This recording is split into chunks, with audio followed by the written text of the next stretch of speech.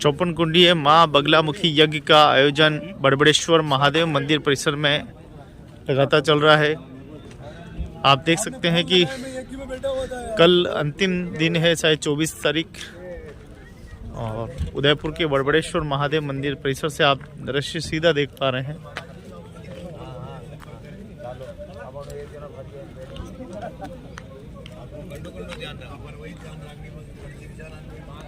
नहीं पैजामा में बैठ गया।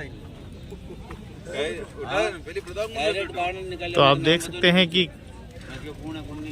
54 कुंडीय महायज्ञ में यज्ञ की पूरी परिक्रमा लगाते हुए आपको माताएं, भाई, वरिष्ठ सभी दिखाई देंगे। और एक तो दृश्य आप देख सकते हैं सीधा, जहां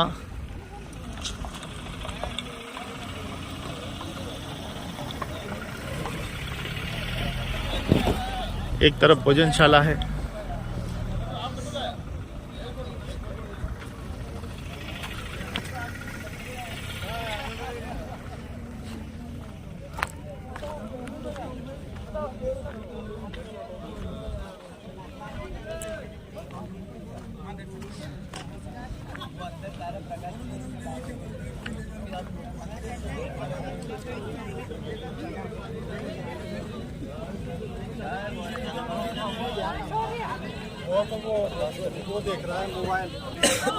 तो 54 कुंडीय महा बगलामुखी यज्ञ का आयोजन आप देखें कि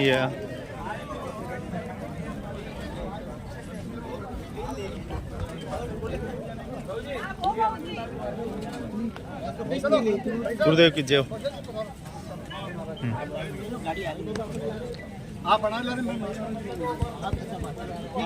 तो गुरुदेव शेष कितने दिन बचे हैं और कल का दिन ही काले पूर्णाहुति है और बहुत अच्छे बगलामुखी साधना और खास तौर 9 दिन आप आनंद लीधो सब लोग।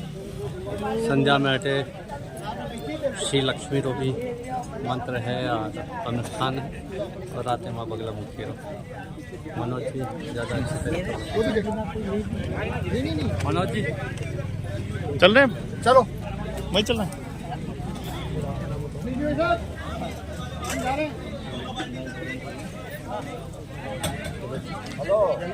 मां बगलामुखी यज्ञ का आयोजन में आचार्य श्री पधारने वाले हैं।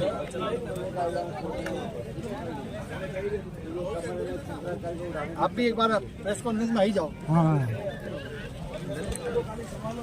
जाइए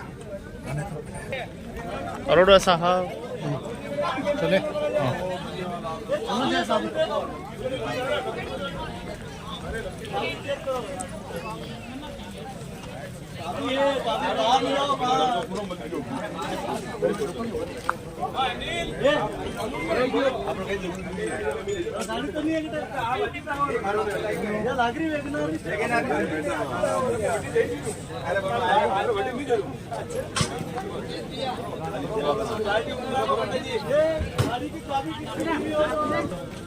मसाला नहीं क्यों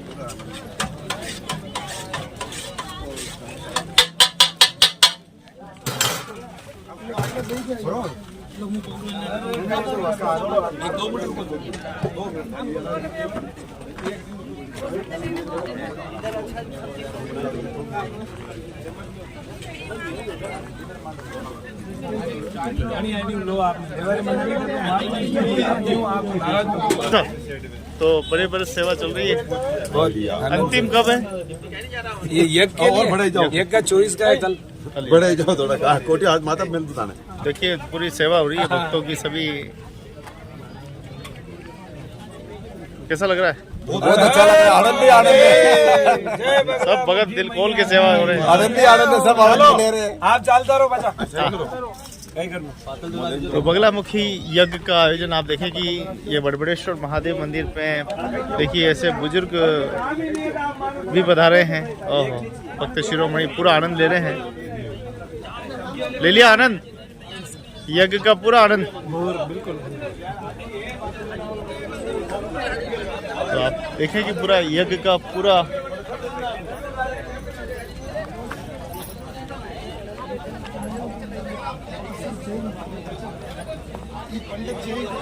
जी गुरुदेव, बगलामुखी यज्ञ का जी आयोजन हो रहा है और कब तक ये चलने वाला है और अंतिम कल पूर्णाहुति है।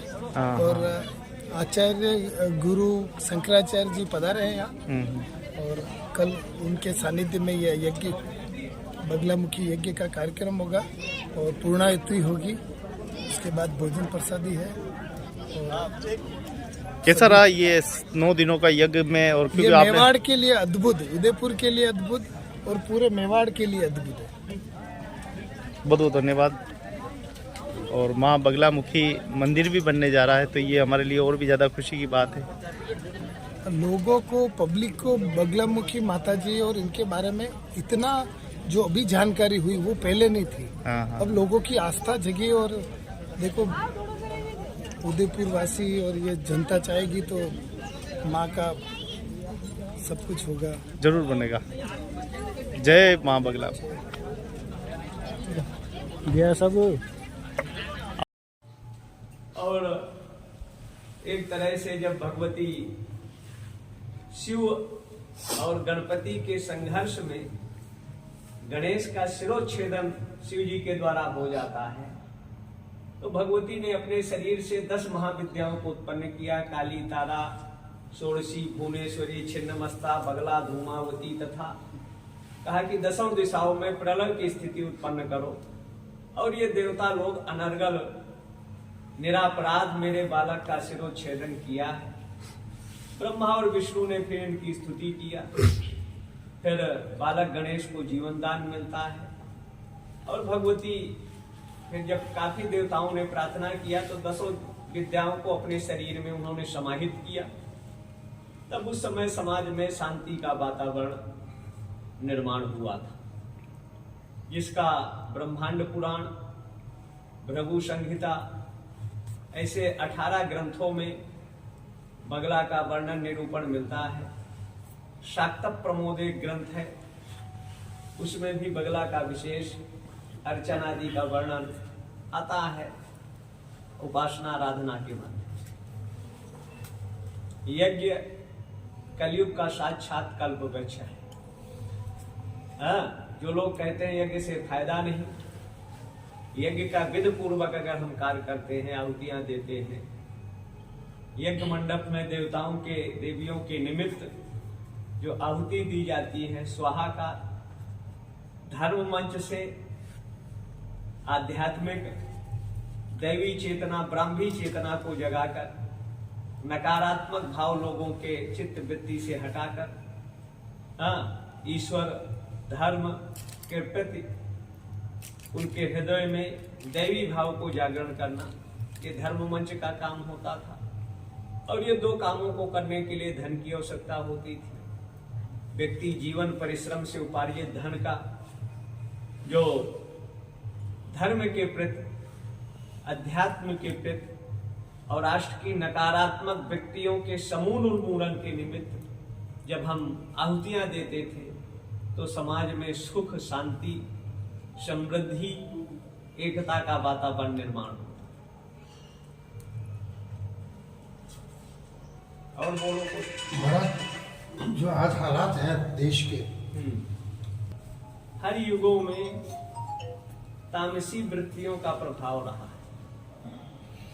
त्रेता को अगर ले ले तो रावण जैसा विद्वान व्यक्ति संपूर्ण भूमंडल में अपना वर्चस्व कायम किया, लेकिन आध्यात्मिक वनवास का जीवन व्यतीत कर यहाँ के गृहवासी, वनवासी, आदिवासी, बंदर भालुओं को एकत्र कर और जगह जगह जंगल में संतों के आश्रम, जो यहाँ एक तरह से खुफिया काम करता था, LIV या ATS का काम संत करते थे, और राम का मार्गदर्शन कर विश्वव्यापी उग्रवाद, आतंकवाद और मानवता जैसे रावण का अंत हुआ। उसके बाद काल आता है कृष्ण का। कृष्ण के काल कंस और कृष्ण, राम और रावण एक ही राशि है प्राय। एक सात्विक प्रवृत्तियां हैं, एक तामसी और राशि प्रवृत्तियों से है, लेकिन सत्व या सत्य की विजय सदैव हुई। कंस सत्ता नसीन था और तत्कालीन प्रसूता नवजातों का वध करा रहा, लेकिन जेल में से उत्पन्न होकर संबंधित परवाहों की निर्वाह न करते हुए मामा कंस का उन्होंने अंत किया और समाज में सुखद वातावरण का निर्माण किया। उसके बाद आता है, अगर देखा जाए तो कुछ काल पुष्पमित्र शुंग का 36 वर्ष, और उसके बाद फिर आता है यवनों का काल 1000, फिर 2000 वर्ष अंग्रेजों का आता है। लगभग 70 वर्षों से अंबेडकर का संविधान इस देश में, अंबेडकर का राज्य चल रहा है, और उस स्थिति में भी सनातन सिकुड़ा जरूर है, लेकिन सनातन का विस्तार विश्वव्यापी है। कोई ऐसा विश्व का देश नहीं है या विश्व का कोई ऐसा व्यक्ति नहीं है जो जन्म लेने पर सनातन धर्म में ही लेता है और उसके बाद वो संस्कारों से ईसाई बन जाता है, संस्कारों से मुसलमान बन जाता है, यहूदी बन जाता है, पारसी बन जाता है, बहाई बनता है। हाँ, संस्कारों के द्वारा। यहाँ जन्म जो है सनातन में ही है सबका। तो सनातन वैसे विस्तारित है, और सनातन ही एक ऐसा विधा है या धर्म है जो एतद् देश प्रसूत से सकाशात् अग्रजन्मनः स्वम स्वम चरित्रम शिक्षेरन पृथिव्याम सर्व मानव। विश्व के मानव को एक नई दिशा दशा अनादिकाल से अब तक देता आया है। सनातन कभी हिंसक नहीं रहा, वसुदैव कुटुंबकम की परिचर्चा करता रहा, लेकिन आज कुछ आस्तीन के सांप हैं जो मच्छर के रूप में है, मसा के रूप में है, चीलर के रूप में है, कि व्यक्ति के शरीर में रहकर उनका रक्त पान करते हैं। तो कुछ सामाजिक शीर्षस्थ पदों पर रहकर जो सनातन का खून चूसना चाहते हैं या उसको नष्ट करने का दिवा स्वप्न सोचते हैं, तो जैसे कोई जुगनू सोचे कि मैं सूर्य के वजूद और अस्तित्व को मिटा दूंगा, तो तथा कथित चंद धर्मद्रोही विधर्मी सनातन को मिटा नहीं सकते, न मिटा पाएंगे। सनातन शाश्वत है, चिरस्थायी है, अजर अमर है, और हर व्यक्ति के हृदय में वो व्याप्त है। महाराज, मगर हिंदू इस देश में है, हिंदुत्व जिसकी आत्मा है, हिंदुस्तान के अंदर, भारत के अंदर हिंदुओं को राम के मंदिर के लिए संघर्ष करना पड़ रहा है, काशी के मंदिर के लिए संघर्ष करना पड़ रहा है, मथुरा के मंदिर के लिए संघर्ष करना पड़ा। ये स्थितियां कब तक हिंदुओं की रहेंगी? जब तक संवैधानिक संशोधन या परिवर्तन नहीं होता। क्योंकि संविधान जैसे जुडिशरी ले ले, आजादी के 70-75 सालों में 300 परिवार के ही जज होते चले आए। अगर बाबा रहा तो उसका बेटा रहा, बेटा के बाद आज नाती है। तो ये और न्यायपालिका की बहुत से कारधाराएं हैं। जब इस देश के विरुद्ध काम होगा तो माननीय जुडिशरी तत्काल उसको संज्ञान ले ले, और 100 साल 70 साल से मुकदमे लंबित हैं। ये माननीय सर्वोच्च न्यायालय के जज कभी डिस्ट्रिक्ट स्तर से, हाई कोर्ट स्तर से कभी निर्देश जारी नहीं करते कि 1 महीना के अंदर, 15 दिनों के अंदर इन केसों की सुनाई कर इस देश की जनता को न्याय मिले। जब थाने से न्याय नहीं मिलता तो लोग जुडिशरी न्यायपालिका की ओर दौड़ते हैं, जहां व्यक्ति बदलने से न्याय बदल जाता है।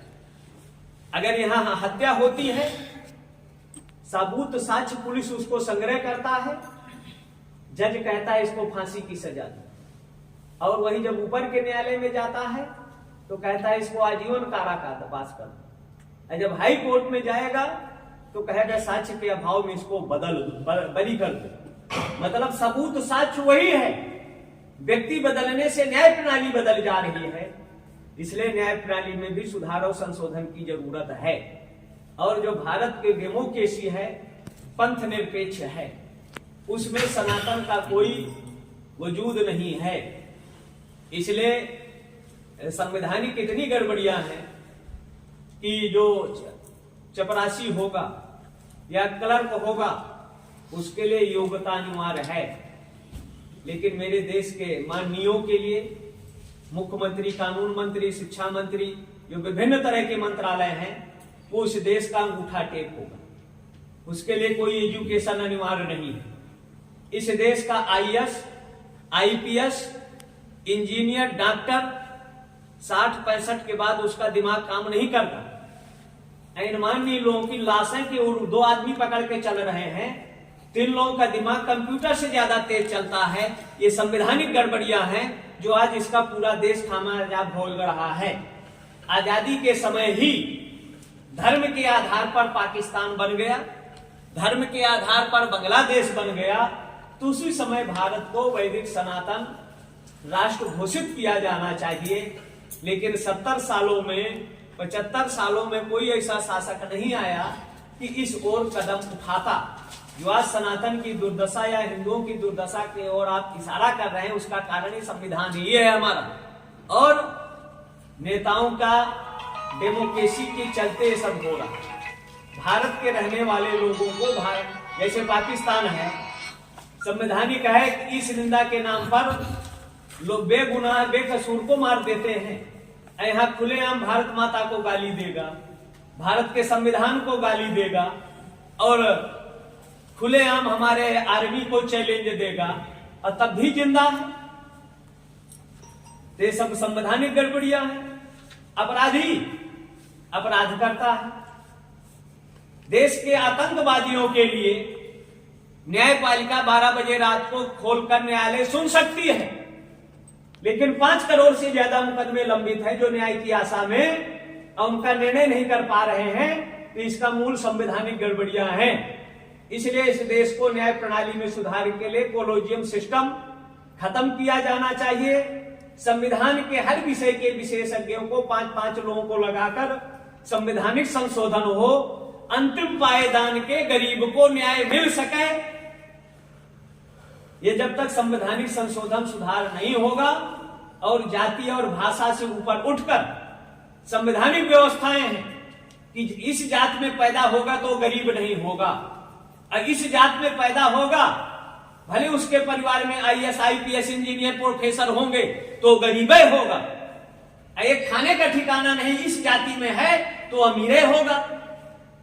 इसलिए जो आरक्षण प्रणाली है, इस देश की योग्यता का सबसे, देश को बर्बाद करना हो तो अयोग्य लोगों को पदों में बैठा दो।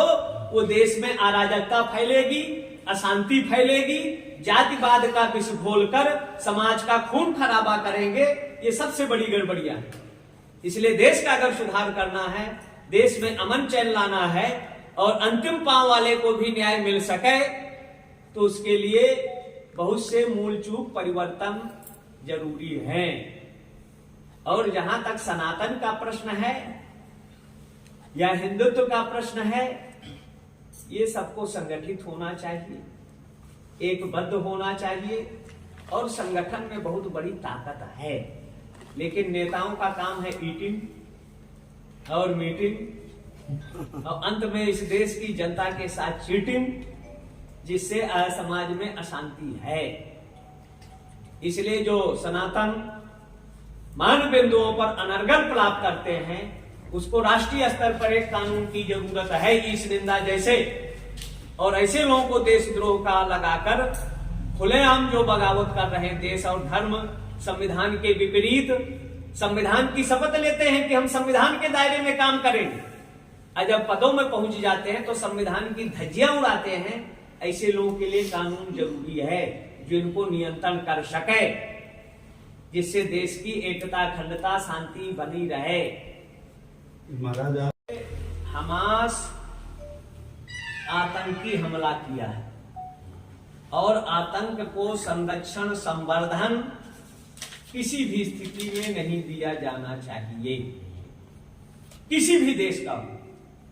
तो हमास, रात में लोग सो रहे थे, किस स्थिति में थे, 5000 से ज्यादा लांचर बमों से हमला किया, तो इससे बड़ा आतंकी हमला नहीं हो सकता। और जो हमास का, आतंकवादियों का समर्थन कर रहे हैं, वही भारत के बर्बादी का दिवा स्वप्न देख रहे हैं। सरकार का मत था, सरकार ने तो स्पष्ट कह दिया कि हम किसी भी स्थिति में आतंकवाद का सपोर्ट नहीं कर सकते। तो जिनके अंदर तनिक भी मानवता जिंदा है, इंसानियत जिंदा है और नैतिकता जिंदा है, तो हमास के आतंकी हमले को सपोर्ट नहीं करना चाहिए, इसका प्रतिकार विरोध करना चाहिए। और अपनी आत्मरक्षा में इजराइल जो कर रहा है वो किसी भी देश के साथ होगा, वो आत्मरक्षा अपने देश की प्रजा जनता की रक्षा के लिए करना चाहिए। यही धर्म है, यही राष्ट्र है और यही संस्कृति के संवर्धन के लिए व्यक्ति को करना चाहिए। महाराज, ये कुशाल भारती जी महाराज ने 4 माह का चतुर्मास किया, सनातनी चतुर्मास। महाराज का भी बहुत बड़ा योगदान रहा है। मगर चतुर्मास की जो परंपरा है ये हमारे सनातन के अंदर क्यों पैदा नहीं हुई?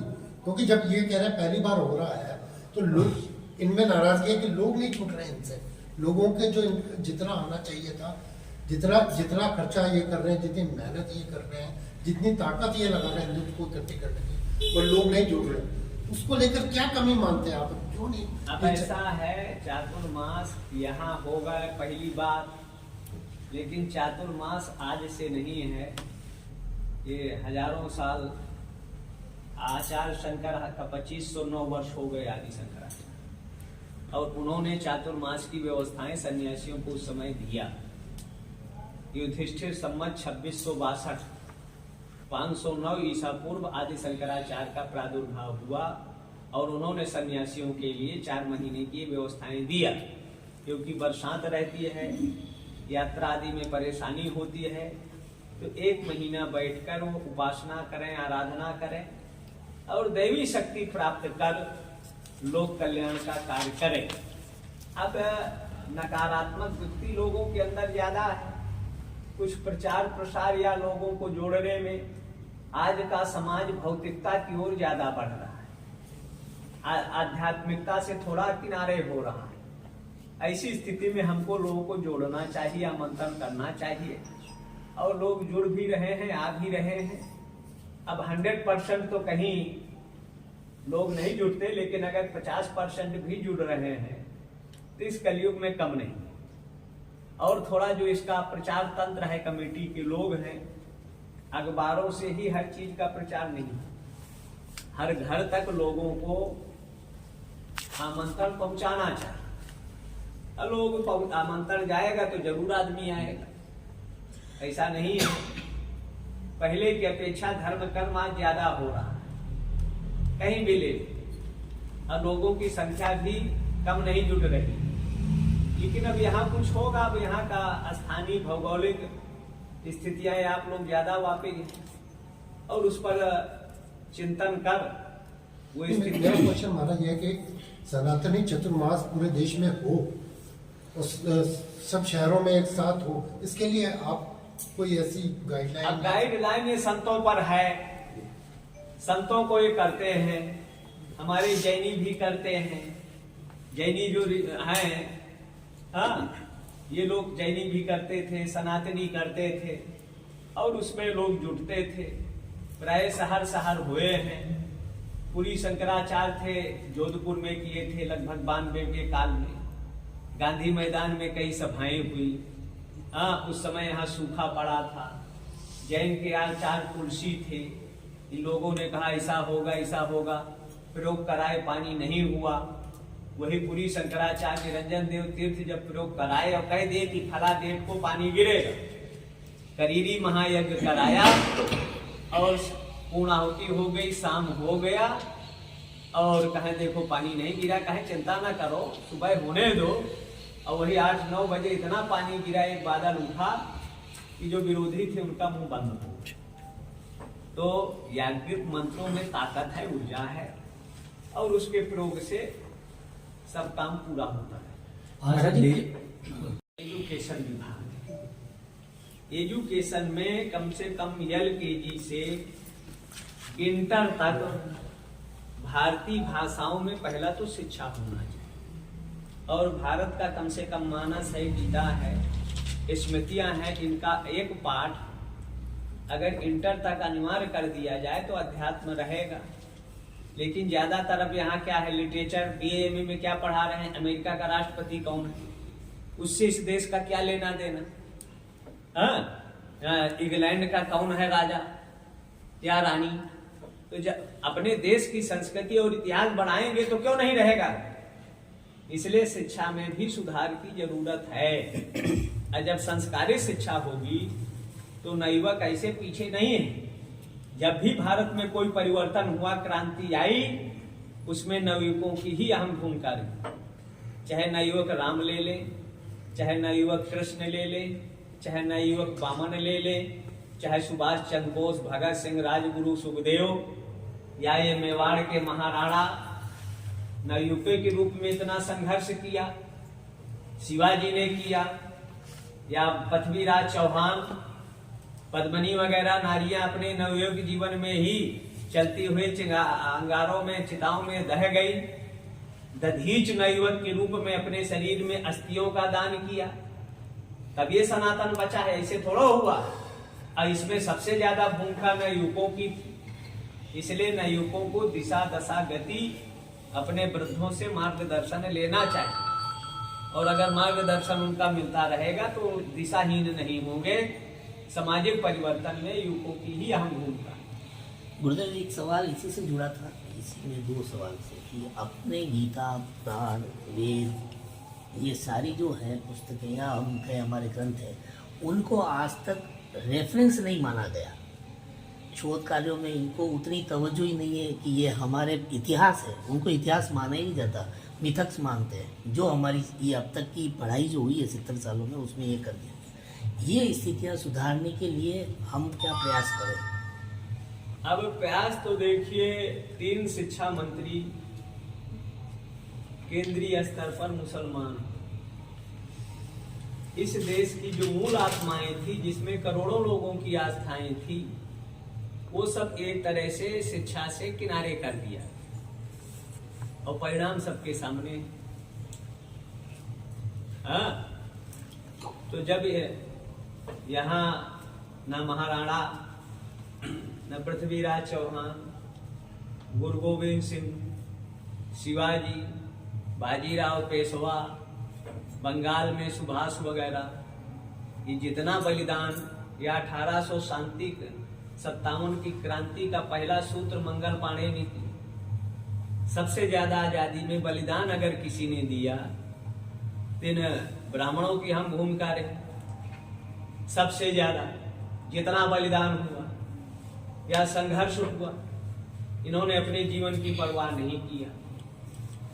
सेना की बात आई तो दलित लोग रहे, कुछ मुसलमान रहे, और मुसलमानों ने जो इतिहास है, ये लड़ाई में पाकिस्तान की नहीं लड़े, सेना के मेजर को मार दिया, कर्नल को मार दिया, 400-500 सैनिक मारा, तब उसमें बना कि ये मुसलमान सेना में नहीं रहे। बहुत सी ऐसी स्थिति आई है, बहुत सी चीजें दबा दी गई, लेकिन बलिदान देना होगा, संघर्ष करना होगा तो सबाण। पहला अगर क्रांति किया तो मंगल पांडे ने किया, किसके लिए किया? गाय के लिए, कि गाय की चर्बी लगी। तो इतिहास तो बहुत कुछ है। आजाद भारत का पहला अखंड भारत का प्रधानमंत्री सुभाष चंद्र बोस रहा। किन स्टेटों के किन जिलों में पढ़ाया जाता है कि नहीं, आजाद भारत के 15 देश उनको मान्यता दे चुके हैं, लेकिन कहीं के इतिहास में कुछ बताया जाता है उनके बारे में? तो जब हम अपना इतिहास, क्रांति का इतिहास नहीं पढ़ाएंगे अपनी पीढ़ी को, तो कहां से पढ़े? अब वामपंथी विचारधारा भरा हुआ है, तो इसलिए इतिहास जो अपने देश को भूल जाता है। आज इजराइल क्यों जिंदा है? वहां का मूल गीता लेते हैं। हमारे यहाँ न्यायपालिका में गीता की शपथ तो लेंगे, लेकिन गीता नहीं पढ़ाया जाए। भारत के संविधान में आर्टिकल 28 और 29 में भारत की सांस्कृतिक 14 विद्याओं को पढ़ाने पर रोक है। मुसलमान कुरान हदीस पढ़ावे कोई रोक नहीं, ईसाई बाइबिल पढ़ावे कोई रोक नहीं, 75 में सनातनियों के लिए कानून बना एक शादी 2 बच्चे का, लेकिन वो मुसलमानों के लिए नहीं बना, ईसाइयों के लिए नहीं बना, यहूदी पारसी बहाइयों के लिए नहीं बना, कि हिंदुओं की संख्या कम हो जाए और लोगों की संख्या बढ़ जाए, जो आज हो रहा है। तो क्या हिंदू पर्सनल लॉ पर भी विचार कर रहे हैं क्या आप? अब ये हमारा काम नहीं है, विचार करना सरकारों का काम है। हमारा काम है देश की सांस्कृतिक धरोहर की पठन पाठन की व्यवस्थाएं हो, ये हमारा काम है। ला की व्यवस्था करना ये सरकारों का काम, क्या बनाना क्या बिगाड़ना ये सरकार सोचे। महाराज मगर जो स्थिति है देश की आज, युवा पीढ़ी पूरी तरह से गर्त में जा रही है। न उसको अपने पहनावे का ढंग है, न अपनी उसको संस्कृति का ढंग है, न उसको अपनी बोलचाल का ढंग है, न धर्म से तो वो बहुत ही विमुख हो चुके हैं। अब ये भार तो आप पे आ चुका है कि कैसे वो वापस अपने धर्म की ओर लौटे। भाई देखिए, उस समय का ले लें, अगर हमारे आचार्य शंकर 7 साल की अवस्था में घर छोड़ देता है, जब लोगों को बोध नहीं होगा, और वहां से कहां से, केरला से ओंकारेश्वर आए, जब लोगों को इधर 1012 किलोमीटर, उस समय पूरा देश अवैदिक मतों से त्रस्त था। वैदिक मत शून्यता की स्थिति में थी। लगभग 1 से 2% लोग सनातनी बचे। तब भी उन्होंने यात्राएं किया, लोगों को जोड़ा, मंत्रों का प्रयोग किया। अकेला एक राजा सुंधवा का था। हाँ, प्राग में कुमारेर भट्ट, बिहार में मंडन मिश्र, हाँ, ऐसे गिने चुने लोग थे। और फिर अब राष्ट्र जागरण किया, समाज को संगठित किया और प्रयास किया। सनातन धर्म आज जीवित है तो आचार्य शंकर की। तो अब हमारे जो साधु संत हैं, सबको आज की आवश्यकता के अनुसार अपने मनभेदों को बुलाकर एक साथ बैठना होगा और नवयुगों की चेतना को जगाना होगा। तब भव्य भारत, विशाल भारत की जो परिकल्पनाएं हमारे ऋषियों ने किया, व्यास ने किया, तो पुनः आएगा। वैसे 200 लोकसभा सीटों में सनातन विहीन हो चुके, 200 सीटों, लगभग 300 सीटें हैं विधानसभा की, जहां सनातन के विरोधियों की प्रबलता है। ऐसी स्थिति में संवैधानिक परिवर्तन भी जरूरी है, लोगों के अंदर जागरण भी जरूरी है। और जो ये पहनावा आदि की बात है, इसमें फिल्मी जगत, जो सेंसर बोर्ड है, फिल्मों से ज्यादा दोषी ये सेंसर बोर्ड है। ये सही उसका मूल्यांकन नहीं करता और जिसको उल्टा सीधा धारावाहिक या फिल्मों को पास कर देता है। तो पाश्चात्य आधुनिकता अंधानुकरण में नवयुवक भ्रमित हो रहा है। इसलिए संस्कारित शिक्षा या संस्कारित, ये जैसे रामानंद सागर ने रामायण बनाया, छोटे छोटे बच्चों के अंदर राम सीता के भाव जागरण हुए। इन चलचित्रों से आज अर्धनग्न जो प्रदर्शन कर रहे हैं धारावाहिक या फिल्मों से, यही चारित्रिक और नैतिक पतन का सबसे बड़ा कारण है। अब उसमें हम लोगों का दायित्व, लेकिन हम लोगों की कितनी बात है सरकार मानती? बात तो यहाँ विचारनी है। अगर धर्माचार्यों का मार्गदर्शन, महाराज विक्रमादित्य थे, उनके 9 रत्न थे। कोई भी कानून संविधान बनाने से पहले उन 9 रत्नों का परामर्श लिया जाता था और उसके बाद उसको अमल करते थे विक्रमादित्य। तब वो राज्य क्या था? किसी से छिपा नहीं। आज भारत के डेमोक्रेसी में धर्माचार्यों की क्या अहम भूमिका है, क्या उनका मार्गदर्शन? हमारा तो दायित्व था शासन करने वाले शासक पर नियंत्रण करना, है धर्माचार्यों का काम। लेकिन भारत के संविधान में आज इनका कोई अधिकार ही नहीं रहा, धर्म का स्थान ही नहीं रहा। तो कहां से हमारी बात ये लोग सुनी? और अगर इस देश के जैसे इंग्लैंड है, ईसाई जो पोप कहेगा वो मानेगा। अमेरिका जो है उसका पोप कहेगा वो मानेगा। ये चाइना है, वहां उनका जो धर्म गुरु जो कहेगा उसकी बात वो मानेंगे। इस्लामिक देश जो हैं, जो उनका मौलाना कहेगा उसकी बात वो मानेंगे। अब भारत के धर्माचार्यों की बात कितनी सरकार मानती है? जब तक उनकी बातों को अमल और धर्माचार कोई अलग से थोड़ा जो हमारी संस्कृति कहती वही बात कहेंगे, और जब उसको अमल नहीं सरकारें करेंगी तो कहां से सामाजिक परिवर्तन आएगा।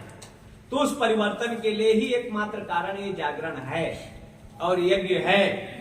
यज्ञ आगादी 62 के समय भी पीताम्बरा पीठ दतिया में स्वामी जी ने प्रयोग किया, नलखेड़ा उज्जैन में प्रयोग हुए और जगह जगह प्रयोग हुए हैं, हजारों जगह तो परिवर्तन हुआ, सेनाएं विजयी हुई और काफी हद तक, लेकिन जो सत्ताएं थी वो कहीं न कहीं देश के साथ वफादारी नहीं निभाया। हजारों एकड़ हमारी जमीन चाइना ने कब्जा कर लिया, इसलिए आज लद्दाख के अरुणाचल में बात की जरूरत नहीं है। आज बात होना चाहिए कैलाश मानसरोवर तक, और वो भूभाग पुनः भारत में आना चाहिए। आज कश्मीर पर, लद्दाख पर बात नहीं होना चाहिए, आज सिंध पर बात होना चाहिए, और सिंध को हमारी जल सेना थल सेना को छूट देकर सिंध पर भारत का कब्जा होना चाहिए। आज इसकी जरूरत अब होगा, वो दिन दूर नहीं कि सिंध पर भी हम कब्जा करेंगे। अब कैलाश मानसरोवर तक जो 62 या 71 की गलतियां हैं उसकी पुनरावृत्ति नहीं होगी, उसका सुधार होगा और भारत का वहां फिर कब्जा होगा। शिवाजी जब निराश हो गए तो वो कहां जाते हैं, जो आंध्रा का श्रीशैलम में जाकर तलवार भगवती को समर्पण करते हैं और ये कहे कि हम अपना रात को बलिदान देके भगवती को समर्पण करते हैं। रात में सोते हैं, भगवती उनको फिर कटार देती, प्रकट होकर निराश ना हो, तुमको संघर्ष करना है। आज वो स्फूर्ति स्थल के रूप में वहां विकसित हुआ शिवाजी का। हाँ, और वहां जो देवी है श्रीशैलम की, वो प्रत्यक्ष उनको साक्षात्कार। तो हमारे जितने साधक थे, महाराणा शिव जी के उपासक रहे और उन्हीं का राज्य लेकर, उन्हीं के आदेश लेकर राज्य चलाते रहे। तो जो हमारे शासक हैं वो धार्मिक, धर्म उनके लिए सर्वोपरि था। और जब धर्म सर्वोपरि था, लेकिन गद्दारी प्राय हमारे भाई बंधु ने ही किया। मान सिंह अगर गद्दारी नहीं करता तो महाराणा प्रताप को अरावलियों में घास की रोटियां नहीं खाना पड़ता। आज भी जो गद्दारी हो रही है, जिसका आप इशारा कर रहे हैं, हमारे ही भाई बंधु हैं, लेकिन वो कन्वर्टेड हो गए हैं, सनातन धर्म छोड़ चुके हैं और वही नाम के तो हैं सनातनी। 40% नेता और ब्यूरोक्रेट सनातन धर्म को छोड़कर विधर्मियों की संस्कृति अपना लिया है, जो आज सनातन के लिए सबसे बड़ा देश के लिए बाधा है।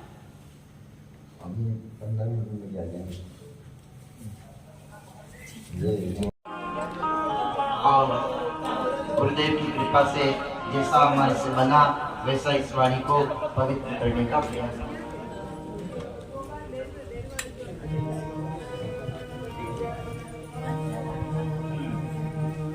देखिए, अभी हमारा अहोभाग्य है। सबसे पहले तो मैं आपको बता दूं कि आपका ये उदयपुर में जो आपका ये एरिया है, ये स्थान है, ये साधारण नहीं रहा है। यहाँ गुरुदेव की कृपा से ऐसे ऐसे संत आ गए हैं कि ये स्थान साधारण नहीं है, अब ये तीर्थ बन गया है। और तीर्थ के साथ साथ में अब आज सारे तीर्थ ही यहाँ पधार रहे हैं, जगत गुरु स्वयं पधार रहे हैं। तो सारे तीर्थ ही हमारे जगत गुरु जी के पीछे है। तो आप सभी का अहोभाग्य है कि आपको भगवान जगत गुरु जी शंकराचार्य जी महाराज के भी प्रवचन सुनने को मिलेंगे। आपको 2 घंटे तक का अभी देवी भागवत की कथा का पूज्य गुरुदेव के द्वारा पूजन होगा। फिर उसके बाद में आपको 2 घंटे तक परम पूज्य सतगुरुदेव जगत गुरु जी का प्रवचन सुनने को मिलेगा। ये आपके लिए बड़ी भाग्य की बात है। मैं तो समझता हूँ कि आप ही नहीं, आज पूरे उदयपुर की नगरी धन्य हो गई है। जो संतों ने हमारे यहाँ हम सबको कृतार्थ कर दिया है। और निश्चित रूप से अब हम सब ये कह सकते हैं कि जब हमारा अंत आएगा तो हम निश्चित रूप से जगदम्बा के चरणों में होंगे, भगवान के चरणों में होंगे। बस यही कहकर अपनी वाणी को विराम दूंगा। और देखिए, ये दास तो कुछ नहीं है, बस इस पर जो भी कृपा है परम पूज्य सद्गुरुदेव भगवान की ही है।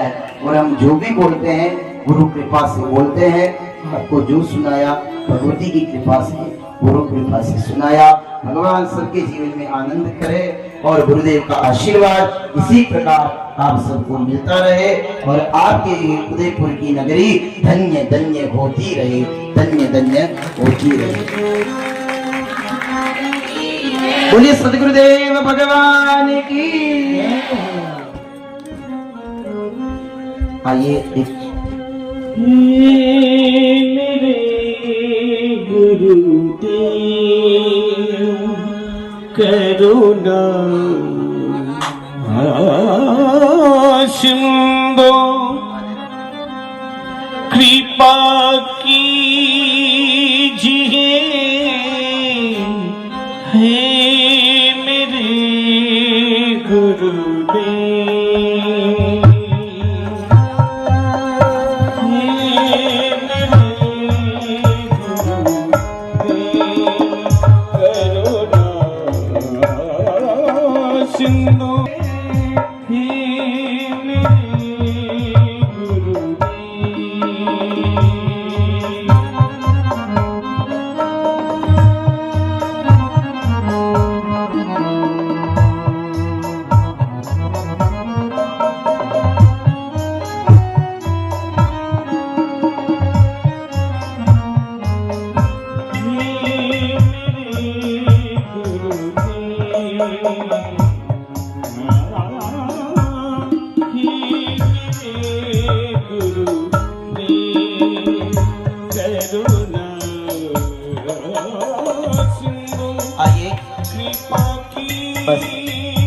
जय माता। आप भी पूजन में पधारे। बोले गुरुदेव भगवान की। हाँ पंडित जी पूजा करवाए। हाँ हमारे जो यजमान है ये महाकाल सेना के प्रदेश अध्यक्ष, इन्होंने संपूर्ण देवी भागवत कथा का आयोजन करवाया है। भगवती राजराजेश्वरी जगदम्बा आपको हमेशा खुश रखे और गुरुदेव की कृपा आपको ऐसे ही जीवन में मिलती रहे।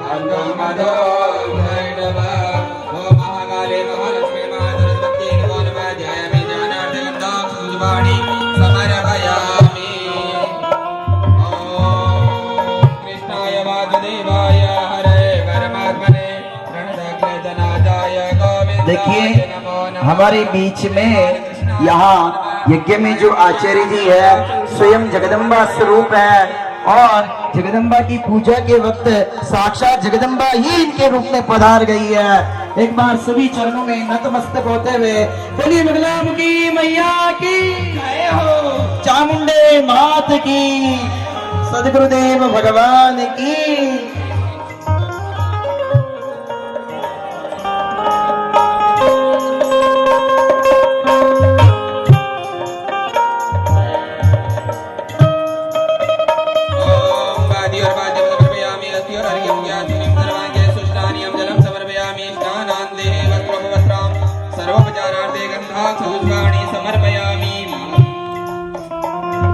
पुष्पमालां समर्पयामि, पुष्पमालां देहि नाना द्रव्याणि समर्पयामि।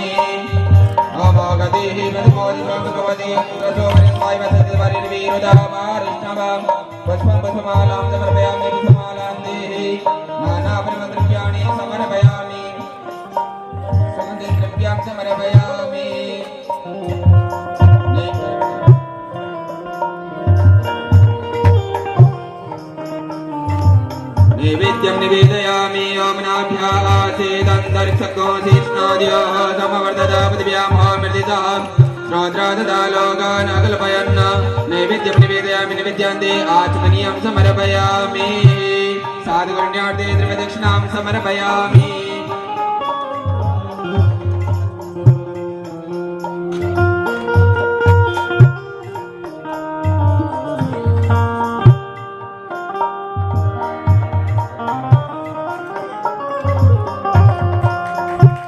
जगदम्बे माता की सद्गुरुदेव भगवान की बगलामुखी माता की काशी विश्वनाथ दरबार की ओम व्यासाय विष्णुरूपाय व्यासरूपाय विष्णवे नमः वै ब्रह्मनिधये वासिष्ठाय नमो नमः बोल व्यास भगवान की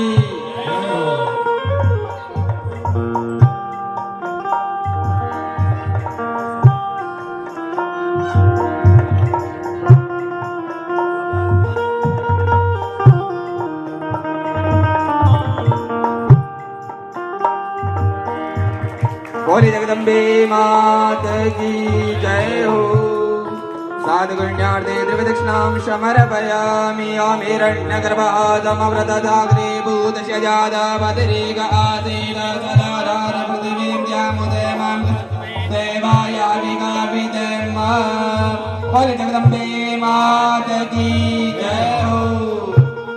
साउंड वाले भैया पधारे, साउंड वाले लोकेश जी। सनातन धर्म की जय हो।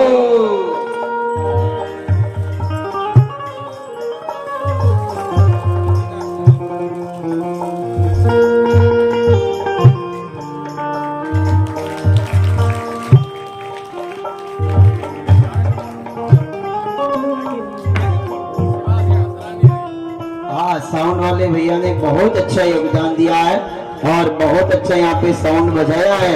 एक बार इनके स्वागत के लिए जोरदार करतल ध्वनि से ताली बजाते हुए इनका स्वागत करेंगे। सबने अच्छा सहयोग दिया है और गुरुदेव की विशेष कृपा रही है। जी देखिए, अब नीचे व्यासपीठ स्थापित की जाएगी और जिनको भी माता रानी का पूजन करना है वो नीचे की ओर पूजन करेंगे। परम पूज्य सदगुरुदेव पधारे शंकराचार्य जी महाराज, उनका आसन यहाँ लगेगा और आप सभी को उनका प्रवचन रसामृत पान करने का अवसर मिलेगा। बड़े भाग्य मानुष तनु पावा, सुर दुर्लभ सब ग्रंथ गावा। निश्चित रूप से आपके पुण्य एकत्रित हुए हैं और उस पुण्य के पुंज के रूप में आज जगत गुरु भगवान हमारे बीच में पधारे हैं। आपके उदयपुर नगर धन्य हुआ और आप स्वयं अपने जीवन में धन्य हो गए।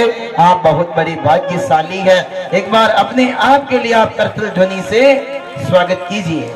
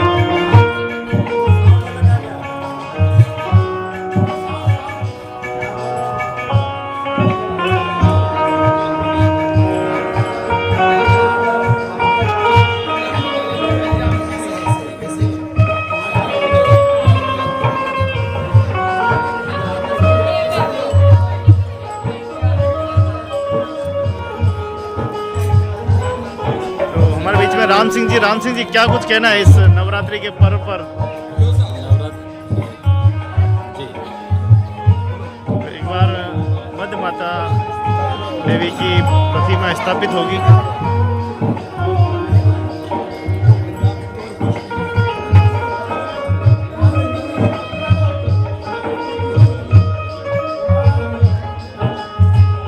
तो इससे पूरे 9 दिनों के आयोजक रहे हैं राम सिंह जी, खेतावत निवासी महुरा मेवाड़ से।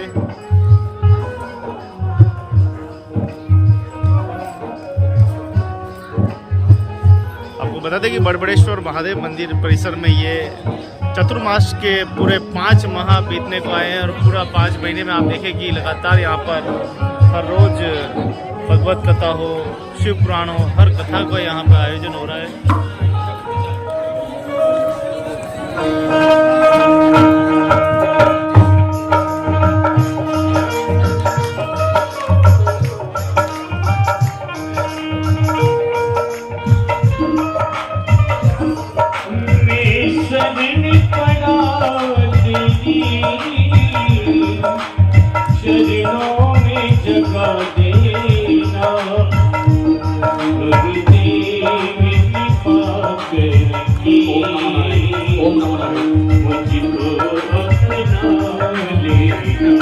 परम पूज्य गुरुदेव श्री गोपाल भारती जी महाराज के पावन सानिध्य में आयोजित सर्व समाज सनातनी चातुर्मास एवं देवी भागवत महापुराण कथा में पधारे सभी भक्तों का सर्व समाज सनातनी चातुर्मास विकास समिति की ओर से बहुत हार्दिक स्वागत है, अभिनंदन।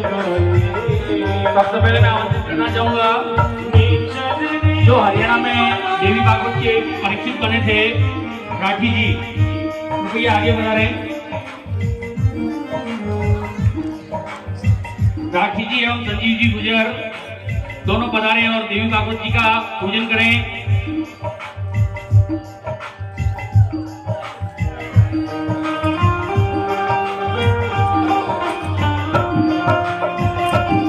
कुछ ही समय में परम पूज्य गुरुदेव शंकराचार्य जी महाराज हम सभी के बीच में आप सभी को आशीर्वाद करो अपने वचनों से लाभान्वित करने के लिए हमारे बीच में पधार रहे हैं।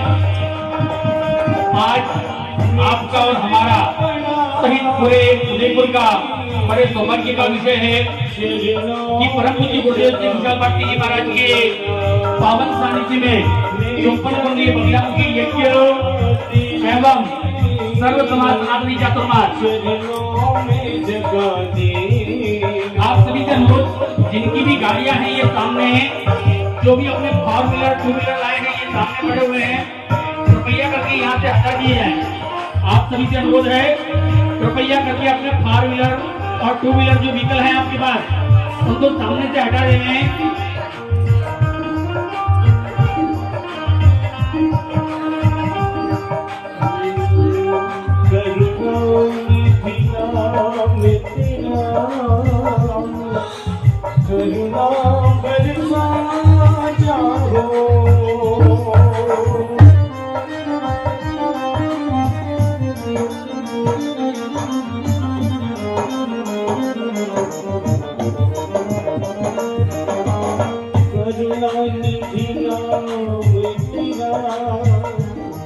ये दोनों मोटरसाइकिल किसी की पड़ी हुई हो सामने, इसको भी ये बात नहीं, इसकी भी दोनों मोटरसाइकिल पड़ी हुई, भैया मोटरसाइकिल हटाए।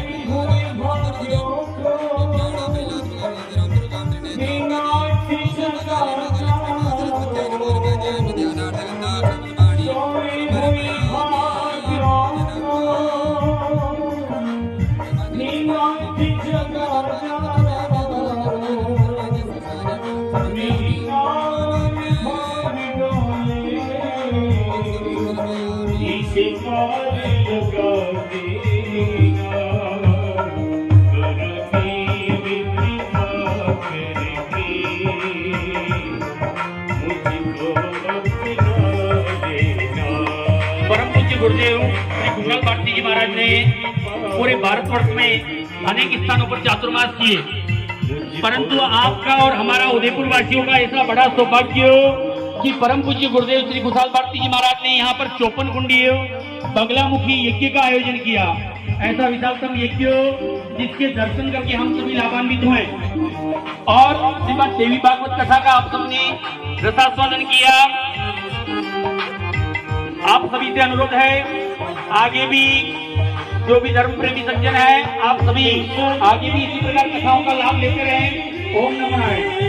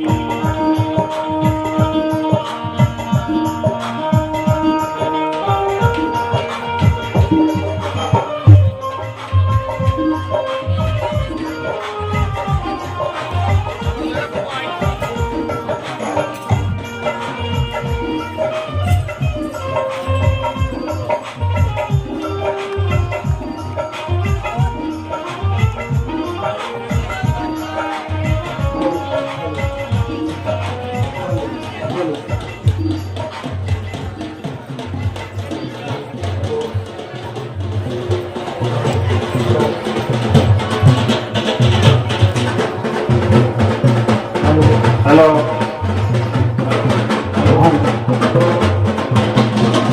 तो जगत स्वामी शंकराचार्य जी महाराज पधार चुके हैं। स्वागत में ढोल नगाड़े बज रहे हैं।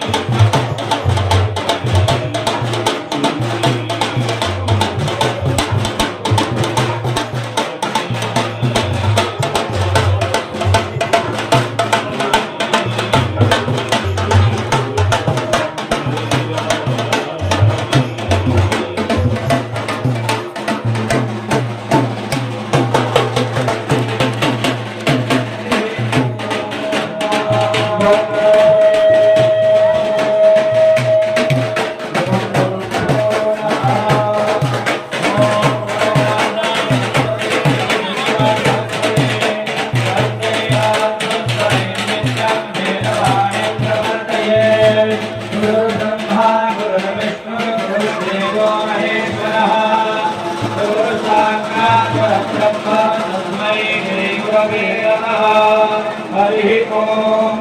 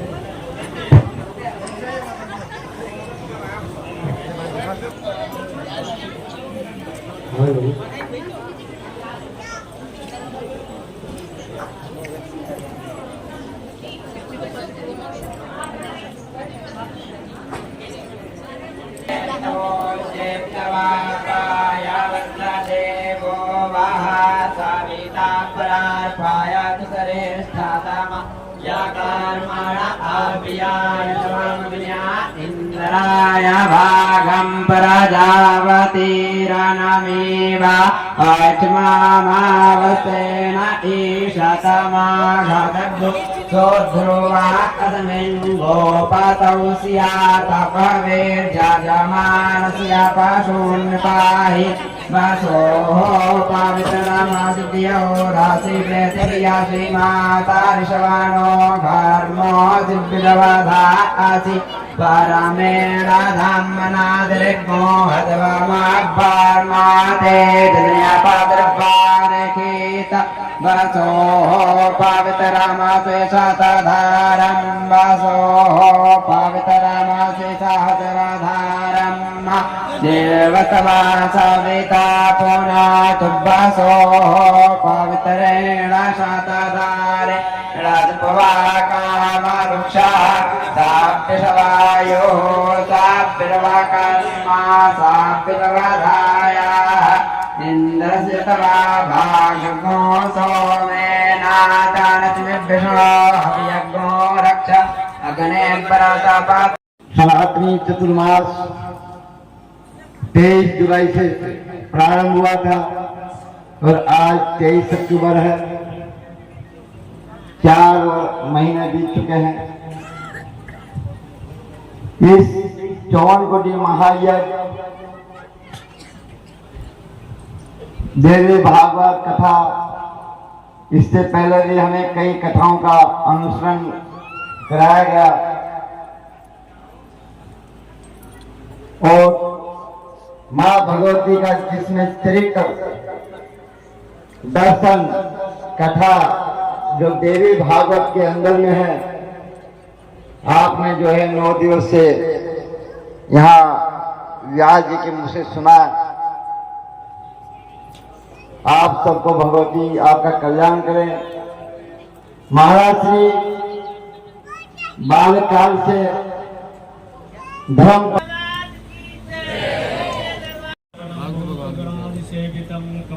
जम्बो फलचार वक्षणम् उमासुतं शोक विनाशकारकं नमामि विघ्नेश्वर पाद पंकजम्।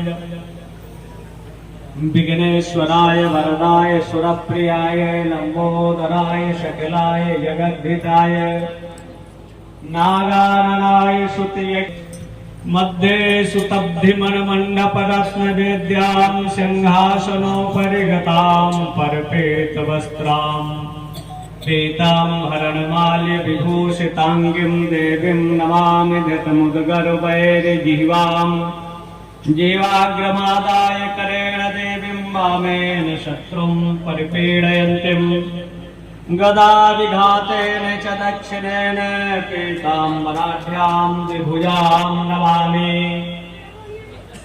सदाशिवसमारम्भां शङ्कराचार्यमध्यमाम् शंकरानंद सरस्वती पर्यंतां वंदे गुरु परंपराम्। उपस्थित यज्ञ के आचार्य माई महाराज और पंचदश नाम निरंजनी अखाड़ा के विभिन्न 52 मढ़ियों में से महंत संत थानापति आदि विभिन्न पदों से अलंकृत संत वृंद कुशाल भारती जी, सुशाल भारती जी, आलोक जी, अशोक भारती जी महाराज, महंत लक्ष्मी भारती, महंत रघुनाथ गिरी, कृष्ण राठी, देवी भागवत के राम सिंह आदि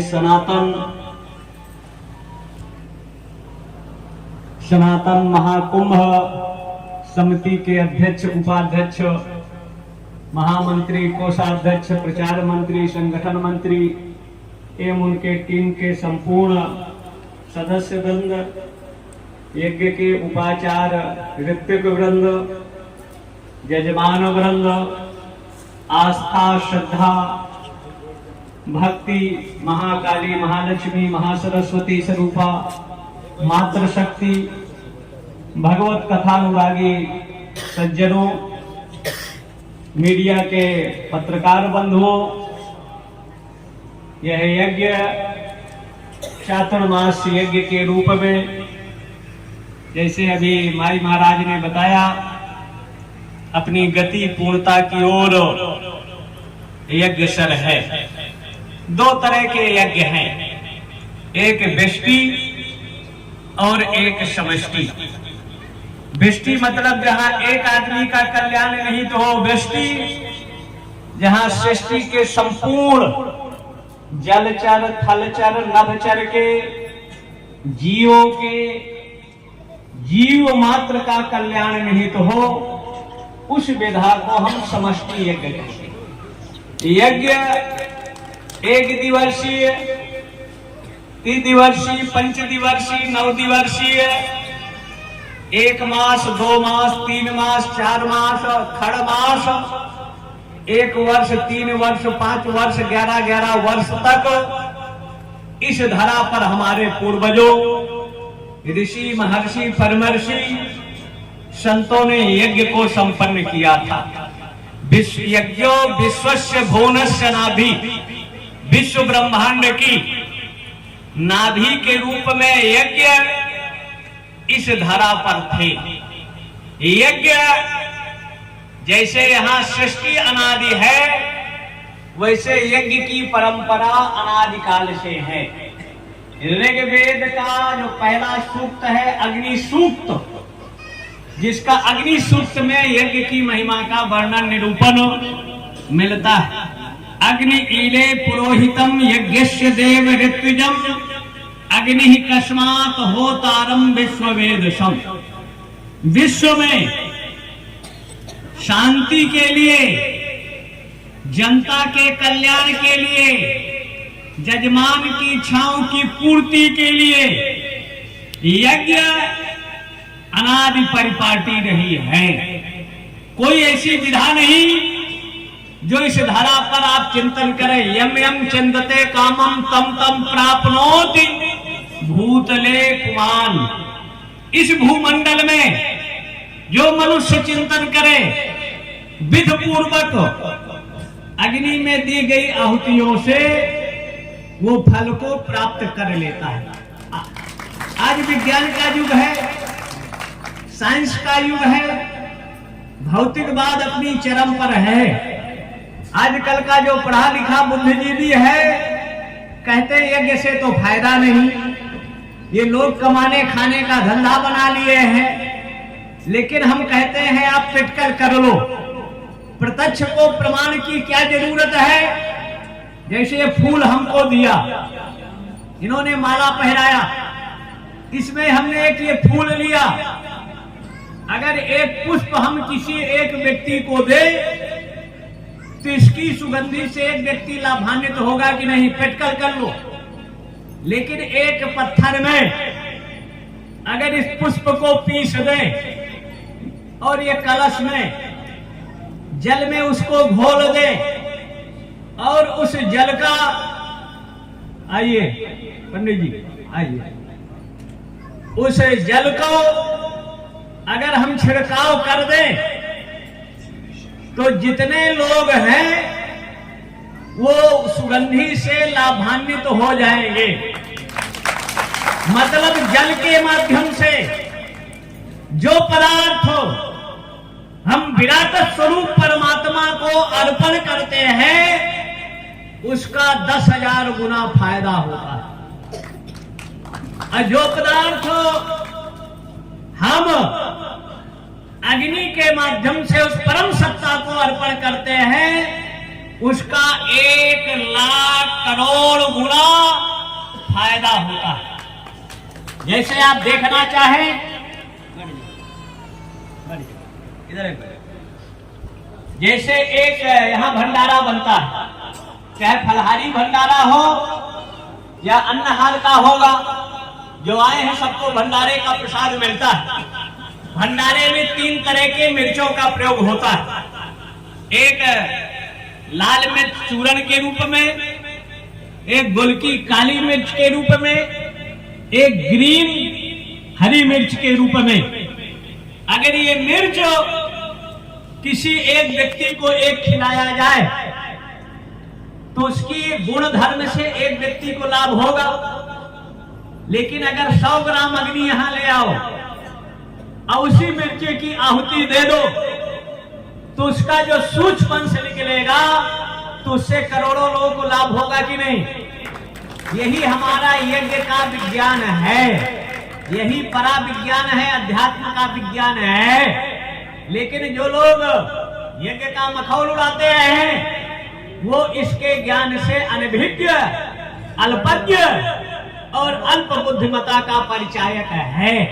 यज्ञ आखिर हम करें क्यों? तो हर व्यक्ति के जीवन में 5 तरह के पाप होते हैं। उन पापों से छुटकारा पाने का माध्यम यज्ञ होता है। जैसे आप पृथ्वी पर चलते हो तो बहुत से छोटे छोटे कीड़े आपके पैरों के नीचे दबकर मर जाते हैं। जब झाड़ू लगाओगे सुबह तो झाड़ू से भी छोटे छोटे बैक्टीरिया, कीटाणु, जीव मरते हैं। जहां घड़ा रखते हो पानी का उसके नीचे भी जीवों की हिंसा होती है। और जब गेहूं चावल का ओखली में संस्कार होता है उसमें भी गेहूं के साथ कहते हैं लाल लाले कीड़ा घुन, वो भी मरता है। और जब अग्नि में भोजन बनता था लकड़ी में तो लकड़ी के साथ भी जीव की हिंसा होती थी। इस तरह 5 पाप नित्य मनुष्य करता था। उन पापों के लिए हर घरों में प्राय है 5 आहुतियां, प्राणाय स्वाहा, पानाय स्वाहा, व्यानाय, उदानाय, समानाय आहुतियां प्रत्येक घरों में होती थी। माताएं जब भोजन बनाती थी तो पहले 5 ग्रास अग्नि को भोग लगाकर तब भगवान को तुलसी दल डालकर तब सब लोग प्रसाद पाते थे। लेकिन आज 95% घरों में अग्नि में भोजन बनना बंद हो गया। अब गैस आ गया, हीटर आ गया, सोलर का आ गया चूल्हा, और उसमें अगर आहुतियां दे तो उसके छिद्र अवरुद्ध हो जाएंगे, अब भोजन नहीं बनेगा। तो हमारे जो संत हैं ये इन्होंने चिंतन किया कि हर घरों से तो देवताओं का भोजन बंद हो गया। तब सामूहिक यज्ञों की रूपरेखा निश्चित किया संतों ने और जगह जगह यज्ञ का कार्य प्रारंभ हुआ।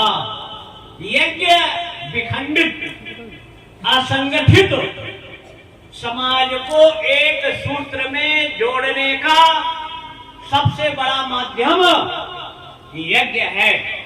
त्रेता में जब विश्वामित्र यज्ञ करने लगे तो रावण ने अपने वहां से भेजा एक महिला को और मामा मारीच को और ताड़का को कि इनका यज्ञ न होने पावे।